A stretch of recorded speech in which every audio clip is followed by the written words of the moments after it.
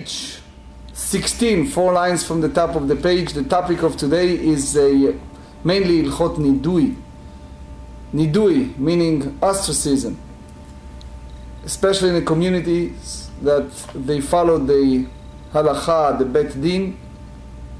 There are certain situations that people refuses to obey by the rule of bet din, and therefore there are certain extra measures that bet din can take in order to enforce certain situations. An example that somehow appeals to our days, later you see many, but it's if someone refused to give a get to his wife, and there are certain measures that the community told the bet din can put upon him. So we go to all the discussion, such as the length of time, the circumstance that change, situation that the person let go, the persecuted person changed the situation, etc. So Amar Rava, we have 4 lines from the top. Menalan lemeshadrin shlicha de beit dina umzamninan leil dina. How do you know that the bet din as a group need to send an emissary to the fellow and ask him to come? Basically, what else? You may think that the bet din needs to go to the person. So the Chtiv Vayishlach Moshe לקרוא לדתן ולאבירם בני אליאב.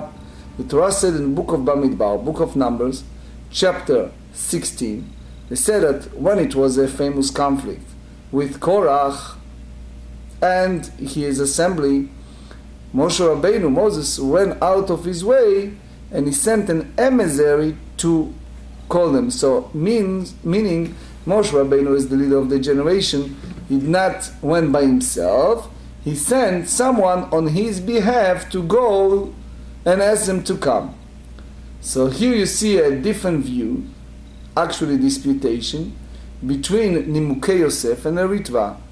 The Nimukei Yosef said that the Shliach Bet Din, the emissary of the rabbinic court, he needs to go there, and he is basically the power of attorney, the representative of the court. So in a sense, you may say that he has the power to enforce because he is the court, since he is the emissary. The story of Moshe Rabbeinu is only lefayes, is only in order to appease the Tan ben Aviram. But the Ritva said the other way around. The Ritva said only when a person receives a physical invitation, meaning, okay, you have Reuven, good morning, Boker Tov, Chodesh Tov. You have Reuven and Shimon. Reuven and Shimon. Reuven suing Shimon. Let's go simple, for example, he wants some fulfillment of certain part of the contract between the two. He follow a lawsuit in a bet din, fill up all the forms, and ask Shimon to come to bet din. Now, if he said to Shimon, you'll come to bet din, Shimon can say, who you are to invite me. The Ritva said the other way. He said only if Shimon refuses the Shaliach Bedin, the emissary of the court, that's a different story. But to Reuven, he can say, I'm not going just because you tell me to go. Now this all comes from Likro, that they define as sent forth as opposed to called upon. I mean, couldn't Likro also be called, like Moshe Rabbeinu called them? If you look at the text and the Mefarshim, the commentary, Moshe Rabbeinu halach lefayes. He wants to just appease them. Okay. It's not according to that view, especially by the Ritva, not by Nimukei Yosef, that he just wants to go an extra mile to appease these people as a public, as a leader. But the re'ayah, but the proof is the idea that the emissary of the bet din, he is the quote-unquote authority. Well, I guess I understand. I just don't understand how they got that it was an emissary that he sent from Likro. Because he didn't went there himself. He sent Vayishlach Likro. He sent to call upon.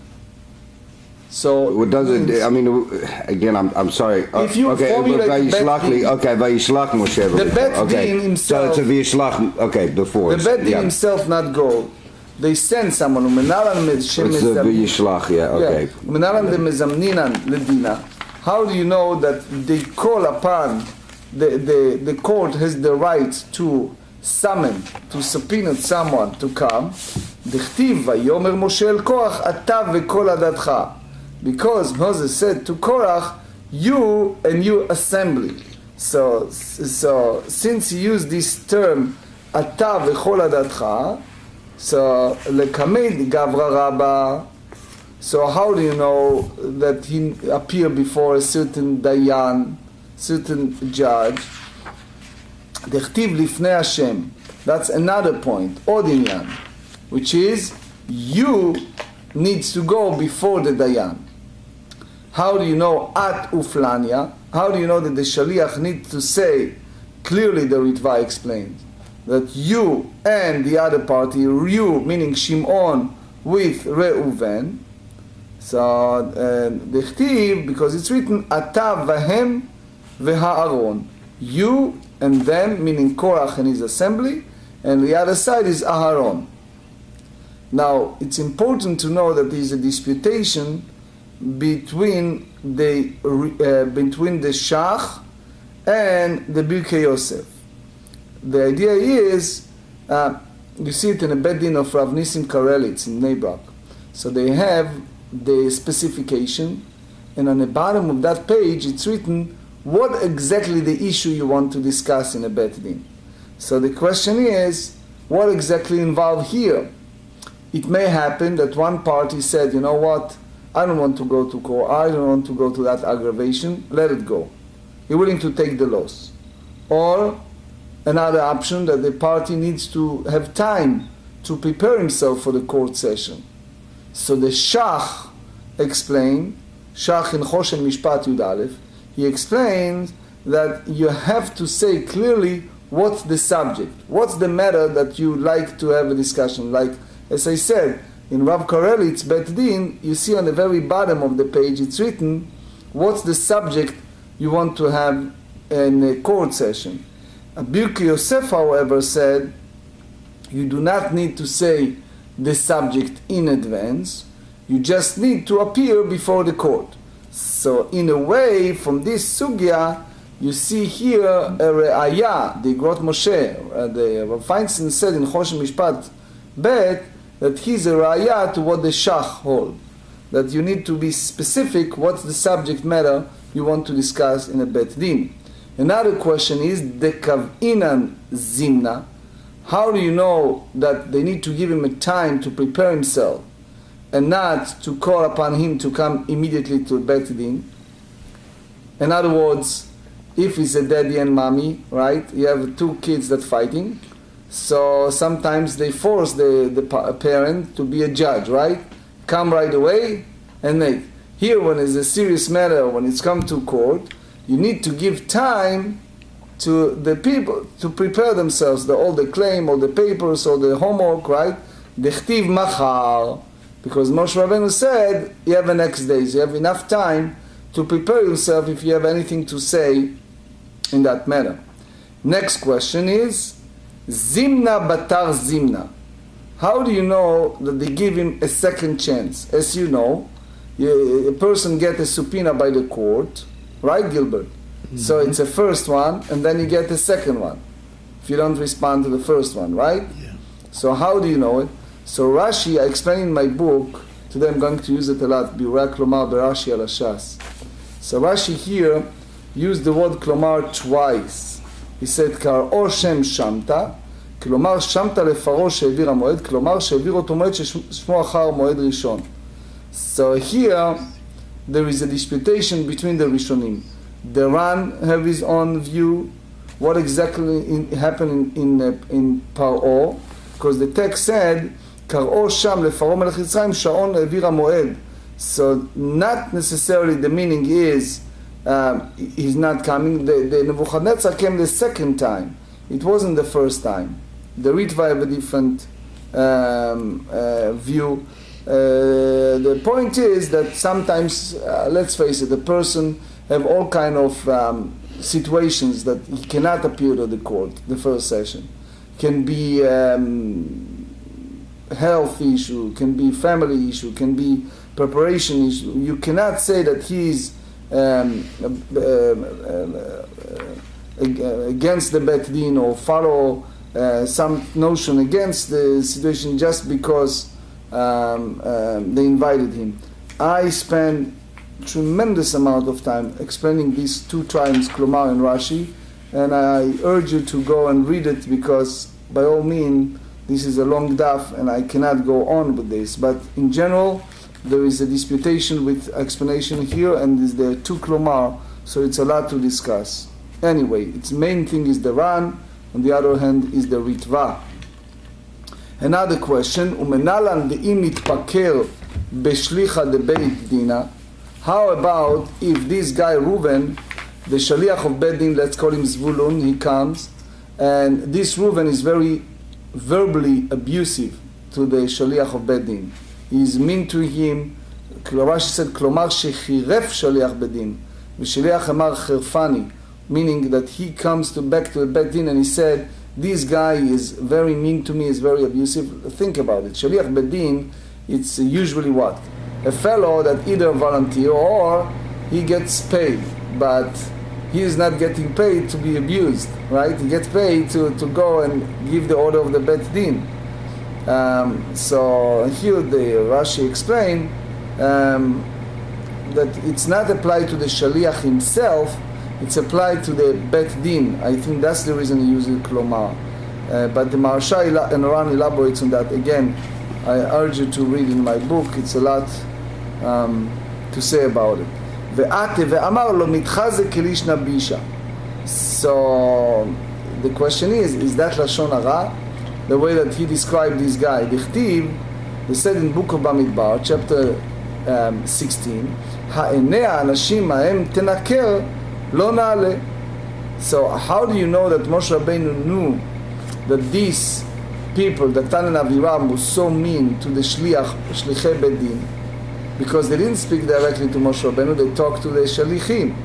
So it has to be that the Shlichim report back to Moshe Rabbeinu, and therefore he understands that these people, that Tan and Aviram, are very verbally abusive. So the first question is, how do you know that it's not Lashon Hara? It means, the derivative from here is, the Shaliach allowed to go before the Beit Din and said, this is exactly what happened to me. And it's not considering Lashon Hara. Now, we have many Litvaks here, right? So, I'm going for a second little Hasidic. The Hasidic rabbis, they said, come on, you tell me that the Rebbe has a Ruach HaKodesh, he knows heavenly things, so Moshe Rabbeinu for sure know. Why you tell me that these Shlichim reported to him and that's the way he knew it? That's not my question, it's the question of the Rashash. He asked, for example, in the Megillah, we said in the book of Esther, Vayomer Haman belibo. Haman said in his heart. So how do you know what Haman said? So you have to say that there is a Ruach HaKodesh, that there's some divinity, some prophecy. So again, depend how you take this story. But you may say that the description here is that Moshe Rabbeinu already knew about it. But the way the Rashash explained is that the Shaliach just reinforced what already Moshe Rabbeinu knew. The truth is, it's obvious in some ways that if you return without them, obviously they refuse to come, and obviously they must probably abusive in their language to the Shaliach.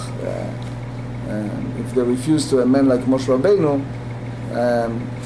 anyway, Harav Yehuda Assad.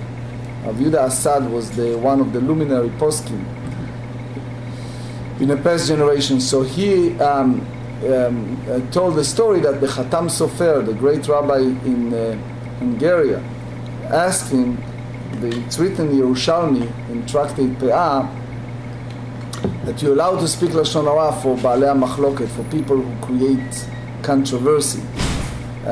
So he said, what's the big question here? It's obvious that people are involved with machloket, so you can be very descriptive.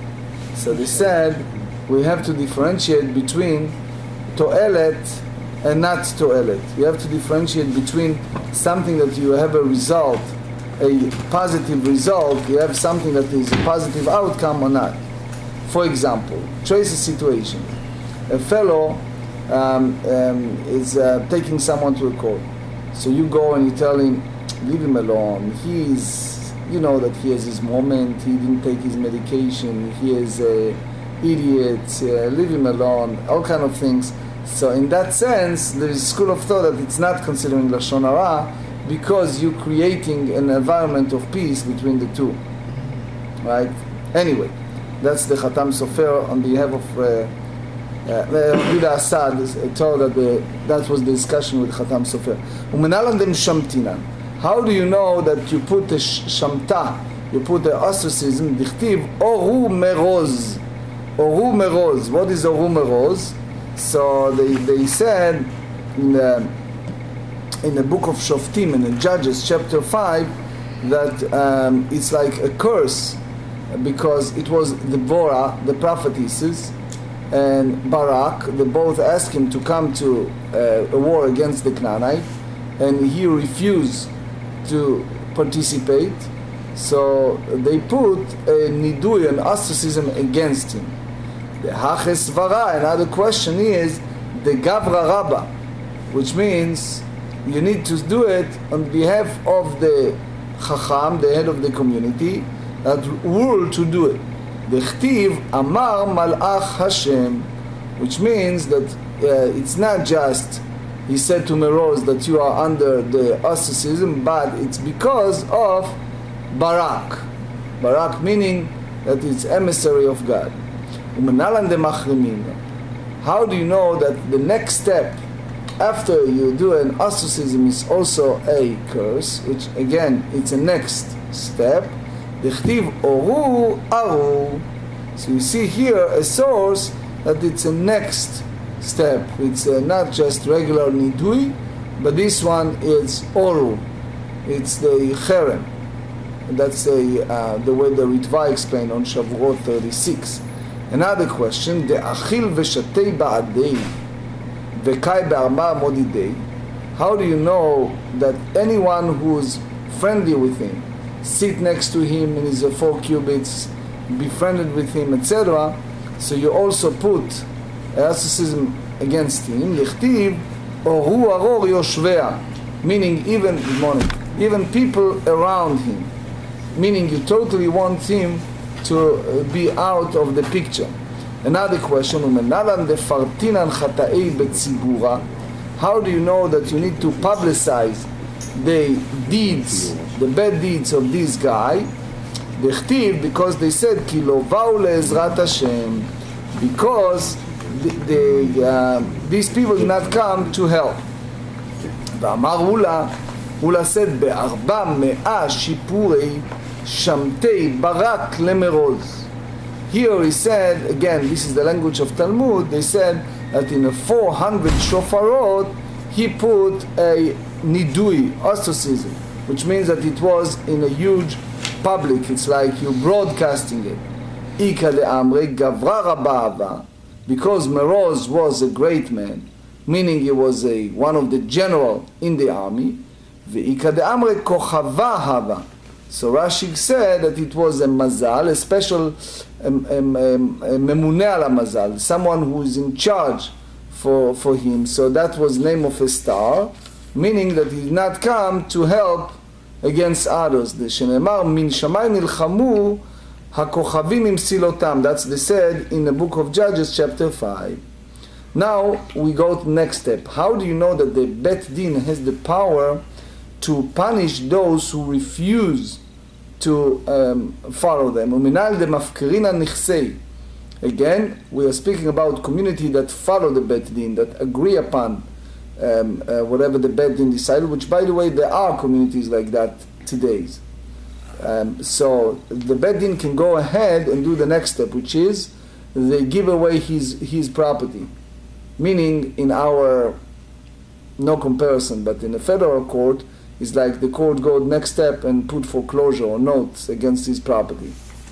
דכתיב, they said in the book of Ezra, chapter 10, וכל אשר לא יבוא לשלושת הימים בעצת השרים והזקנים יחורם כל רכושו והוא ייבדל מקהל הגולה.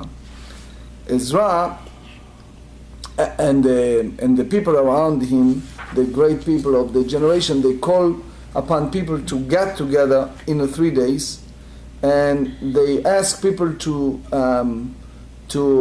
repent, to change the way, such as some people brought from Babylon non-Jewish wives, and Ezra required to have the community united under Jewish faith.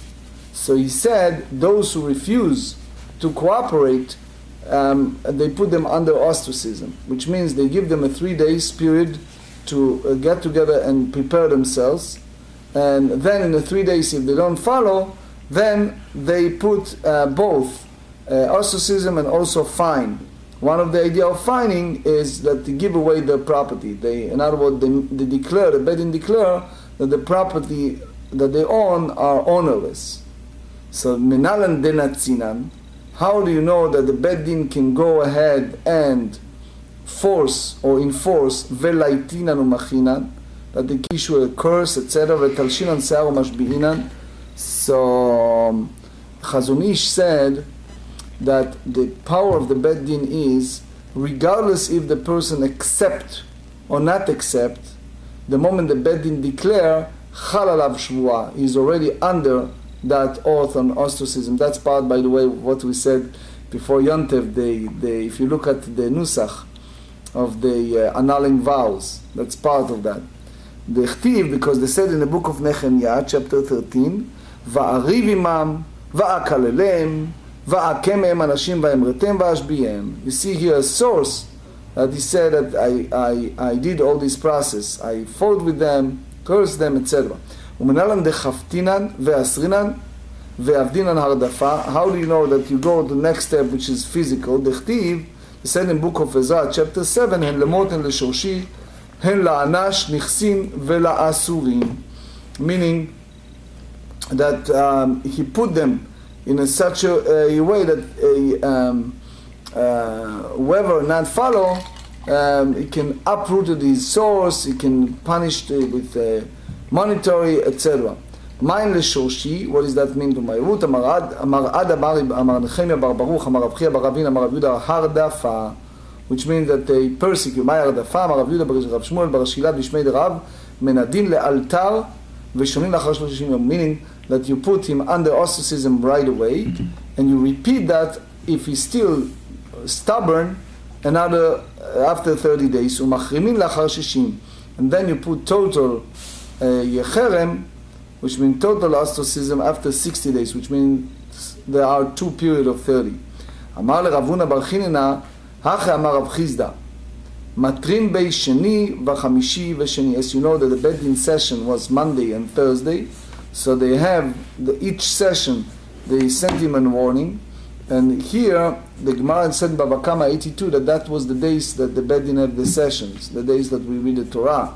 So that's the time, if he still not listen, not follow them, so there is a 3 warning, Monday, Thursday, and the following Monday, and then they follow the order of Rav Yehuda. But the Gemara circumscribed it, and they said, Hanemile, all this idea that they do it 3 times, le mamona, only is a monetary dispute. Aval afkeruta lealtar, but if someone is start bad-mouthing, saying horrible things against the Torah, against the student of Torah, against the Beit Din, etc., they don't need to go to the series of warning. They can put this afkeruta, put him under that category right away. The nidui, the ostracism right away. Hahu tabachad itpakar berav Tovi bar matna. So it was a certain butcher that behaved terribly and disrespectfully to Rav Tuvi bar matna. Imno le'avai v'rabba v'shamtu.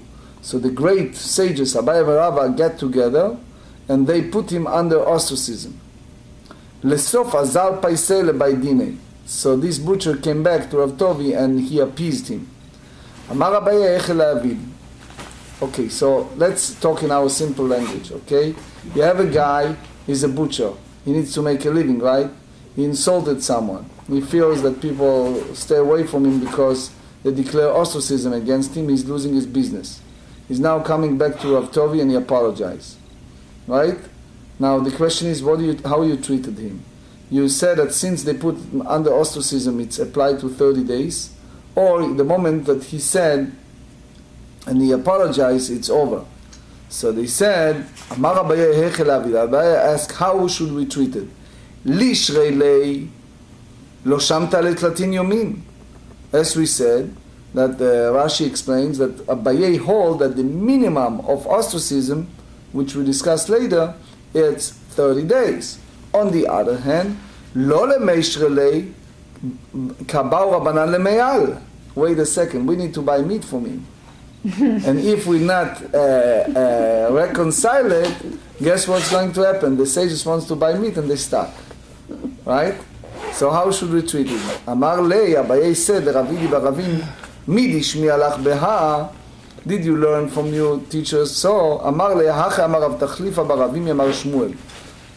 Tut asar vetut shari. So Rashi said, klomar, מצה למשרי לאף על גב דלא חל עלי 30 יום. So, tut, it's, as the Rabbeinu Hananel said, it's the shofar, which means the Ritva explained that the shofar, it's basically the one who prohibited. And that voice can annul it, which means you do not need shofar to make it heter. Hapeh she'asar or hapeh she'itir. So the Ritva have a big discussion here. If the time passed, is that over or is still not? In other words, trace a situation that the Bedin put ostracism and it's 30 days. Now the 30 days is over. Does that mean the case is over or it's still not? So it's a discussion. The Ritva elaborate. But anyway, Amar lei, Abaye said, Ravidi hanemi lelemamona. If you talk about monetary disputation, you can say that if he pays him back, it's over. Aval afkeruta. But if that guy was so rude to the Torah scholar, etc., it's not possible to let it go less than 30 days. Because this is Rav Tovi, was this great scholar. So again, the rabbis here have a big discussion how far you go with that concept of 30 days. Alma kasavar Abaye, Hani beim tlata de shamitu.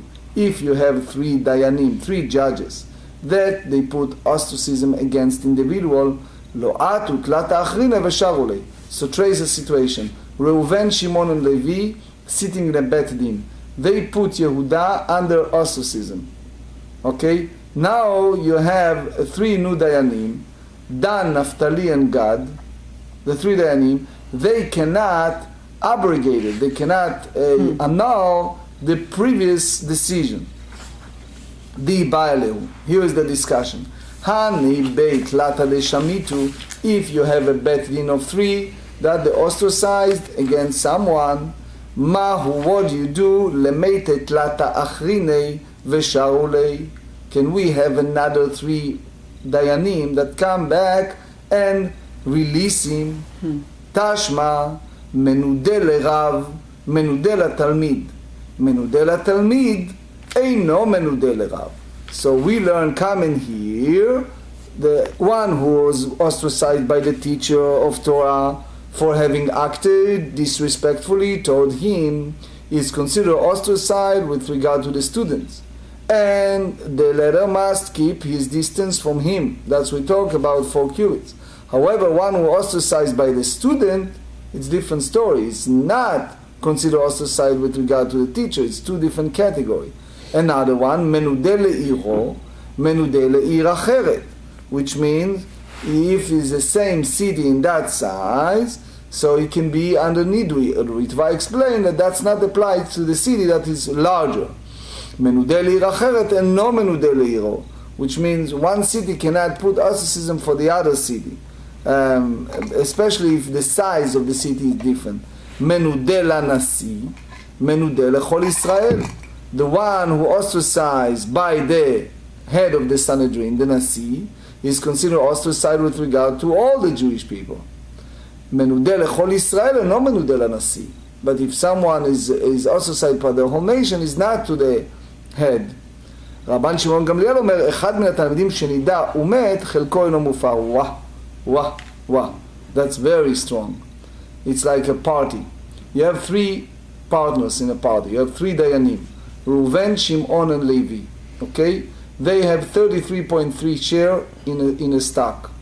In that sense, the ruling of the Bet Din, each partner have 33.3. They put a nidui, an ostracism against individual. If one of them passed, he carried his authority with him, which means no one else replaced his spot. And since he's one of the three, you cannot abrogate that. Very strong. Meaning, if the Ran explained, if the deceased order before his passing that someone else will take over his spot when he is no longer among the living, that's a different story. But if he did not order so, then you stuck. Shma minat tlat. You derive from that three important halachot. One, Shma minat talmid shenida lichvodo nidui. Number one, if a student will ostracize someone due to his to an insult to his dignity, and not become the ostracized person who was guilty of some transgression, his decree of ostracism is valid. Two, ushma mina kol echad ve'echad mefer chelko, meaning each member of the Bet Din has his own authority over his share. ושמע מינה, הנה בית תלתה דשמיתו, לא עטו תלתה אחרינה ושרו לי. You cannot have the new formulate of Bet Din that abrogated the one who come before. Three important halachot. Amar Ameimar come in, and he said, wait a second, I don't agree with all of that. Okay, how do you say it in a board meeting? Let's have a point of discussions, right? Okay. Hilcheta, the halacha, the practical halacha, hane beit lata deshamitnu, atu beit lata acharina vesharu lei. You can have the one thing, I hear all these discussions, etc., but the third point over the new Bet Din, I disagree. I think that the second one can come in, and as long as the Rosh explained and the Ravid, that as long as they are equal, quote unquote, in their level of scholarship, level of respect, etc., if the dignity is equal, so they can do that. They can annul the previous one. I assume you remember, we discussed one time Dad's Kenim. Remember the famous question that Horace once asked me, why with Joseph, the biblical Joseph, when he heard that his, the whole story of his father, and his father is alive, and he's in Israel, the brothers told him the story. He's now viceroy king of Egypt.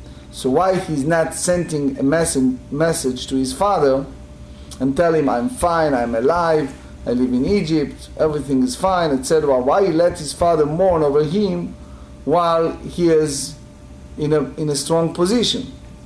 So there is an interpretation, I mentioned that in my book, Tabletop, that I think it's the Dad's Kenim or Sefad's Kenim, one of those, Parshat Vayichi. He said that all the brothers get together when they put Joseph in a pit, and they put ostracism against anyone who and they said only when we have this formula of 9 brothers and they put God, V'shitfu Hashem imayim, and they put God with them, that's the only way we tell the father what's happening. Otherwise no one can annul, no one can abrogate this deal. You see that it's not so simple. So here we challenge that. אמר לרב אשר לעמימר והתניא, רבן שמעון בן גמליאל אומר, אחד מן התלמידים שנידע ומת, if one of the students ostracized and he passed, חלקו אינו מופר. His part of ostracism is not annulled by someone else. My love אינו מופר כלל, even not by another dayan, לא הדעתו בהתלת האחרינה ושרו לי. Until you have a form of the 3 new dayanim that come up and abrogated the previous one. תנו רבנן. אין נידוי פחות מ-30 יום. So it's important to know that this is a disputation. We will not have time to discuss in detail. But the Ravid and the Rosh bring that a regular form of nidui, of asceticism, is 30 days. So it means when they put the declaration is 30. ואין נזיפה פחות מ7 ימים. But a state of nezifa, like warning, it's the minimum, it's 7 days. Meaning admonition. It's a 7 days period. There is view that said that if it's afkeruta, if it's because of insult, it cannot be less than 30 days, even if the person appeased. Anyway, ואף על פי שאין ראיה לדבר, זכר לדבר. Even it's not direct source, no proof, but it's a indirect implication. שנאמר, they said a famous story with Miriam, with לשון הרע, in the book of במדבר, chapter 12, ואביה ירוק ירק בפניה, if her father had put a spit on her face, meaning if, הלא תיכלם 7 ימים, should she not be ashamed for 7 days. So it means that admonition lasts for 7 days. So the story is Miriam talked Lashon Hara against her brother Moses, and as a result she had a leprosy, and Moses prayed for her, but he said, God responded and said she will be healed, but she needs to be in a state of seclusion for 7 days as an act of admonition. So it's not a direct source, it's indirect source. So the Ritva bring here a disputation among the Rishonim. He said that even a person appease his fellow, he still needs to wait for a period of 30 days. The Rif hold, and he said that even a person appeased, he is, the question is, how far you go with the concept of 30 days. So as I said, it's a big machloket, it's a big disputation how you go with the formulation of the 30 days, especially in a situation of case resolved by appeasement. Not everyone go for saying that it's over. Some hold that you still need to wait for the period of 30 days. אמר רב חיסדא, נידוי שלנו כנזיפה שלהם. רב חיסדא said, he tried to compare the ostracism here, meaning in Babylon, it's like people in the West, in Israel, that they have admonition only for 7 days.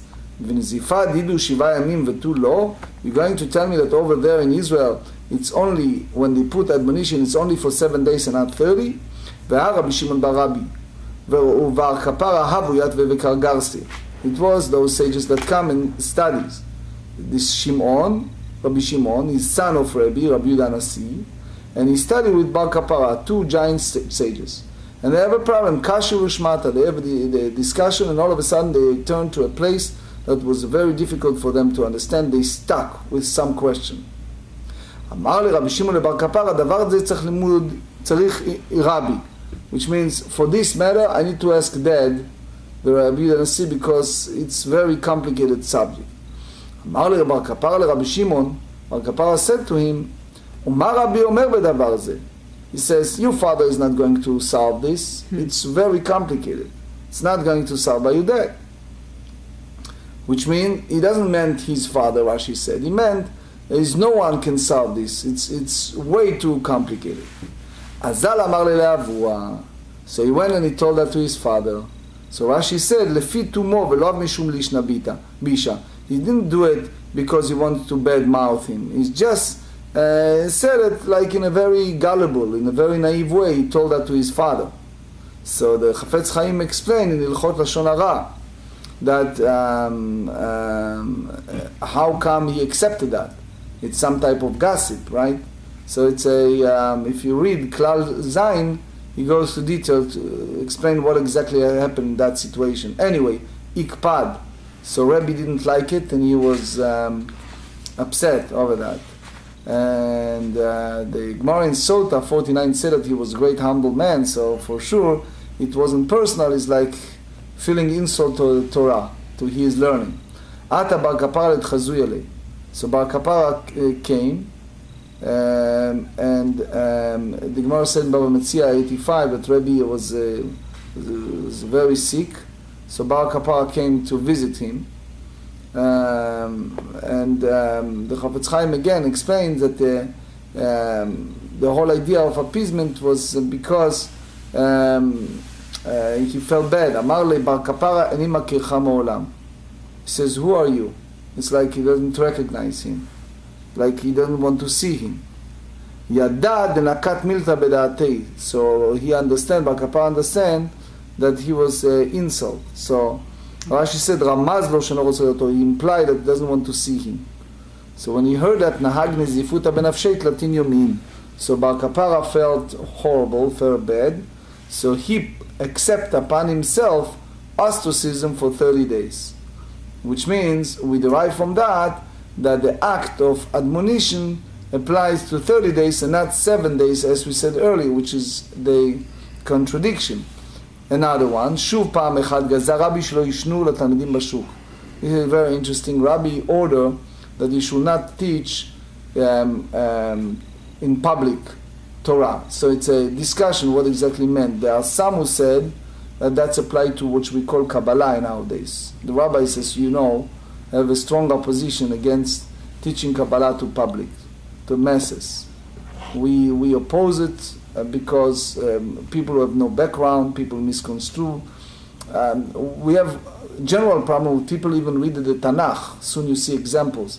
We have people who are not educated, just reading the Tanakh, and they have their own wrong interpretations and wrong understanding, and they totally misleading people. So you have to have teacher. By all means, Kabbalah, it's as we said, you can't teach mathematical analysis for people who doesn't know algebra, right? And people who not complete the Shas and Poskim and they have so many years of learning cannot study those subjects. So yes, there are places that you just read. You see in this Nusach Sfarad Sidurim, they have, for Shabbat, they have different texts in Kabbalah that they read it, and they believe, and rightly so, that is bring sanctity to their neshamot, to their soul. That's nice, tikkun nefesh. But as far as learning it as a full-time occupation or serious occupation, the rabbis oppose it. So here is a situation, early time, that Rebbe, it's not clear what exactly it means, but in a simple way, he told not to teach masses. My darash. What's the source? So he brings a Song of Songs, chapter 7. Chamukei rechaich kemo chaloim. Ma yarech baseter, the same way as yarech, for sure is euphemism. Yutite is ordinarily hidden and kept covered with clothes. It's an act of modesty. 16b, af divrei Torah baseter, meaning that the teaching, it's not for public. I feel more comfortable to say that it's apply more to the secret part. But the Yalkut Shimoni and Mishlei and others said that the idea is you have a special stores. If you go even to regular stores, there are certain things that kept in the locker room. You want to buy a perfume, very expensive, it's locked. You need to ask the person to open it and to show you, right? There are certain expensive materials that you don't share. It's not. So here, there is certain part of the Torah that it's not so much distributed for the masses. So Rabbi Chia went, and he was basically his nephew according to Rashi, and he went and he taught. Shama Rabbi ve'ikpad. When Rabbi heard that, he was upset. Ata Rabbi Chia litchazir le. Rabbi Chia came before him. Amar le iya. Mi koreh lecha bachutz. So Rashi said, Klomar tzemikan. So it doesn't mean that who is calling you from outside. It means I didn't call you. You should not come here. So the idea of iya, the Maharsha explains that he was a stutterer. So he's like mocked him. And he said, you are basically teaching that Torah outside while I said that you should not do that. So why you come here? You believe that teaching Torah is outside, go outside.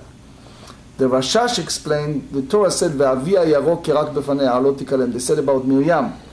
So here, he tried to compare the admonition from the Nasi to the admonition from God, and he said that there are two explanations in the Rashash. One, he said that here is the admonition from God, that he put Miriam for 7 days period, and or that's just the 7 days is the minimum. But the second explanation of the Rashash, which I feel more comfortable, is the idea that by comparison, Miriam, it's not just Miriam, the prophetess, but it's the entire nation. As you all know, that Miriam watched over Moses, and it's a reward. 81 years later, she was rewarded that when she had the leprosy, everyone wait for her. But since it's not just herself, it's the entire nation now delayed from their journey for 7 days period, so you cannot do such a long time. 7 days, it's enough for everyone else, because it's not just her suffering, as everyone else as well. So it's limited with times. Anyway, Yada Milta Bedate, Naag Zivuda Benafshish Latinyon, you understand that he is upset at him. So he hold that admonition for 30 days beyond Latin Shalach Le Ta. Hadar Shalach de lo Leite. The 30 days he sent him, come over. And then he sent him the second guy who said, don't come over. So what is that? What is the game? He said, Mikaras Mai Savar Ulvasov Mai Savar. What he thought originally, what is thought later, Mikar Savar Mixadium Kekulo. Savar Lo Amrila Mixadium Kekulo. Originally he thought that part of the day is like all day. The second he felt that no, until the sun set is not completion of the day, don't come. Right? Lesof Ata. So Rabbi Chia come anyway, doing that day. Amar Lei, Amayatit. He says, why you are here? Amar Lei, the Shalach Li Marde Leite. What do you mean? You send someone to call me. So he said, I sent you another guy that told you not to come. Amar Lei, Ze Raiti, Ze Lo Raiti. He said, the first guy I saw and I heard and I came. The second guy I didn't see. Kare Alei, they said in the book of Mishlei, in Proverbs chapter 16, Birtzot Hashem darchei ish et olvai yashlim ito. Meaning, whenever God make a decision that this is going to happen, that's the way Rashi explains. It's happening. Meaning, if God decided that it's going to be a peace, so even it happens before, it happens in such a way. So that's the heavenly ruling that Maitama avad marhachi. So how come you taught, now is the discussion, how come you violated what I said? I said you should not teach it in public, in masses, and you did it. Amar le Rabbi Chia responded, he said, Dichtiv chochmot bachutz tarona. So it means that it said that the wisdom of the Torah should come and sing and chant, meaning it's a euphemism, it's like expresses in the wisdom outside. Amar lei, im karita lo shanita, v'im shanita lo shilashta, v'im shilashta lo pirshu lach. Guess what? If you study, you didn't study well, because you need to study several times until you can teach. One of the problems we have to this very day, since the ancient times, is there are people who are not really a good teachers teaching. That even you study once, let's say you go to a class and you learn once, is that give you the capability to go ahead and start teaching? The idea here is said even you study it twice or three times, it's not enough for you to go up and start teaching. Why? Chochmot bachutz tarona kiderava. דאמר רבא, כל העוסק בתורה מבפנים, anyone who study Torah in בית המדרש, תורתו מכרזת עליו בחוץ. So the explanation is that if a person sincerely study Torah in the humble way in the Beit HaMidrash, and eventually Hashem will merit him that when he goes out, he will rule halacha and rule public properly. And that will promulgate it in the world even without his effort. Truth is, if you go to any great Gdolei Torah, great sages of the generation, and you examine them, the previous generation, the outer generation, you see that the way they live, it's unbelievable. If you go to their apartments, go see Rabbi Steinman, for example, apartments. Go see the luminary of the generation, how they live, how they conduct their life. very extremely modest way. How they sign their name with no title, etc. So those people who teach, they have certain greatness that Hashem provided the world to know who they are.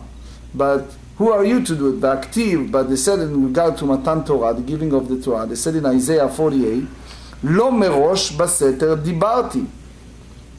So that's applied to a relation, Mount Sinai.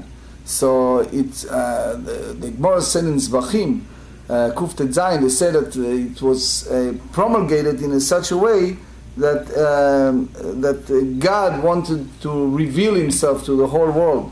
So everyone have the access. Hahu b'yomei dekala. Now we want to differentiate between certain days versus others. There are certain days that's called Yomei dekala. It's a question, what does that mean? But in general explanation is Shabbat HaGadol, Shabbat Teshuvah. So those special times that you have a public speaking. There are some who say that that's applied to the month of Adar and Elul. They study the Ilchot Pesach in Adar, high holidays in Elul, etc. But the idea is there's certain designated time. But just to go out and teach, not. How we explained this statement in Song of Songs, which means if you talk about act of tzedakah, doing charity, so in order to avoid embarrassment, that you can do in private without public knowledge. But that's the Marsha. But other than that, no. Alman nizifadi Latin yomin. You derive from that the admonition is applied to 30 days and not 7 days, as we explained earlier. So the Gemara resulted in the sentence nizifat nasi shani. You cannot compare the admonition, the nizifah of Rabbi Yehuda Nasi, the head, versus other. But the other Chachmei Eretz Yisrael, it's only 7 days. So the source is ve'avuya erok rak befanea halot tikalem. The Rosh brought the Yerushalmi. It's a big discussion over the Hagdarot Nidui. What is the definition of Nidui? Rav Chia, for example, he left, but he studied all the halachot of Rava in his house, not in the Beit HaMidrash. That's it means, that he studied, but not in the house of study. That's the act of Nidui. Unizifa didan kama havi. Here in Babylon, how long is the admonition? Chad yoma, 1 day. Ki ha'ad Shmuel u'marukva. It's a story about the tremendous great sages. Originally, Shmuel was the Gadol Ador, was the head of generation. You said Gadol Meraban Shmei. You have a different category of Rabbi, Rav, Rabban. If someone you have just his name, is the highest level in Talmud. If you don't give him a title. So he was teaching Mar Ukva. So he was greater than him. Then Mar Ukva stayed in honor of him for 4 amot, for 4 cubits for him. Ki avu yat garsei shmata. When they studied Torah, ve'atim Mar Ukva kamei Shmuel berichuk 4 amot. So then things turn. V'chiyav yad ve'bedina. When they sit in the court session, so Shmuel was just a dayan. Mar Ukva was av bedin. Havayativ Shmuel kamei de Mar Ukva. Berichuk 4 amot. So he have a 4 cubits distance from him. So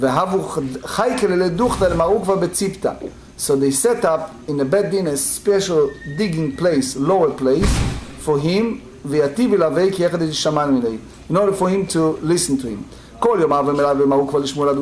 Every day he escorted him. One day Mar was so preoccupied, he couldn't focus. So Shmuel followed him. When Mar came to his house, Amar lei lo nagalach. So Rashi explained here, lo nagalach, klomar lo sage de azlin al batrach. In very short, that's the way also the Rashba explained, he was insulted. So it means, why don't Alishre mar betigre? Yadau de nakat milta beyadei. Mar Ukva understand that Shmuel was taken to his heart and he's angry. Nahal nezifuta ben ashvech ad yoma. So he was in a state of admonition for 1 day. It was a lady that she sat in the intersection, in the place that people pass by, and she sat in the legs were open and it was a modest way. and she was taking care of some wheat. And one young scholar passed by, and she didn't move her position. So Amar, how rude is she? That lady heard what he said, that she came before Nachman, she was afraid that he cursed her. Amar la, mi shamat sham tamei pumei, did you hear the word ostracism from his mouth? Amra le lo, I didn't hear that. Amar la, zili nehoge nezifutach ad yom benafshech. You should be in a state of admonition one day, and that's enough. So you see here that the measure of admonition in Babylon is only one day. Zutia, down with the third story, Zotra ברטובה הקפסיק סדרה כמד רב יהודה כמעט על עד פסוקה ואלה דברי דוד האחרונים אמר לי האחרונים בכלל דאית הראשונים ראשונים מה עניינו שעתיק ולא אמר לי מידי הדר אמר לי האחרונים בכלל דאית הראשונים ראשונים מה היא מה דעתך לא ידע פירושה אמר לי מה דעתך לא ידע פירושה דאי קרא עליו גברא אבהו ידעת נקת מילתא ותנה מספר במשך עד יומי. Again, the same idea that he accept upon himself admonition for one day. So the Gemara, when they complete all these three stories with the Atan Alei Miha, since we are entered to that question, Achronim Michlal De'ika Rishonim, Rishonim Mai, so here we bring a source from the book of Samuel, chapter 22, וידבר דוד להשם מדברי שירה הזאת ביום הצלתו מכפו ומיד שאול. So it means after King David sang that song, אמר לו הקדוש ברוך הוא לדוד, דוד שירה אתה אומר על מפתו של שאול? Are you singing, chanting a song after the downfall of King Saul? מלא אתה שאול והוא דוד. Meaning you born in different mazal, at different time, but basically Shaul was greater than David because Hashem himself, God, declared that he is great. Ibatta kama David mipanav, which means that he was higher tzaddik than you. Hanu dechtiv shigaon asher leDavid asher shar Hashem divrei kush ben yemini. They said in Tehillim chapter 7, vechiku shmo v'lo Shaul shmo. That's not the name of Saul. The name is Saul, not Kush. Ela ma kushi meshune boro av Shaul meshune b'maasav. So one of the sources, which we said earlier, when you study Tanakh, you should study with a teacher. You don't just read the Tanakh, because if you read the Tanakh, you can totally misconstrue the text, is here. Because if you read carefully the Tanakh, you see that King Saul was a greatest righteous man and tzaddik. כיוצא בו אתה אומר, כיוצא בדבר אתה אומר על אודות האישה הכושית אשר לקח. The Torah said in במדבר chapter 12, in regard to Moshe, that he married Kushit, God is Kushiyat, וכי כושית שמה ולא ציפורה שמה, אלא מה כושית משנה בוריו, ציפורה משנה במעשיה.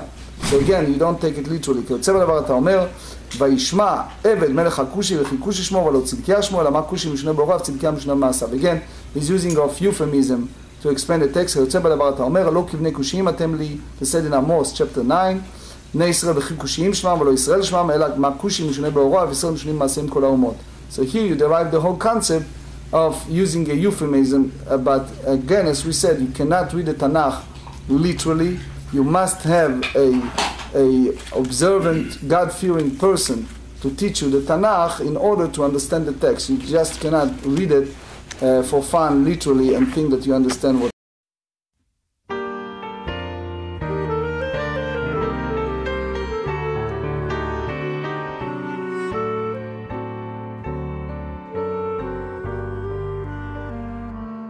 Boyachem leshuloim malachai yeshuloim malachai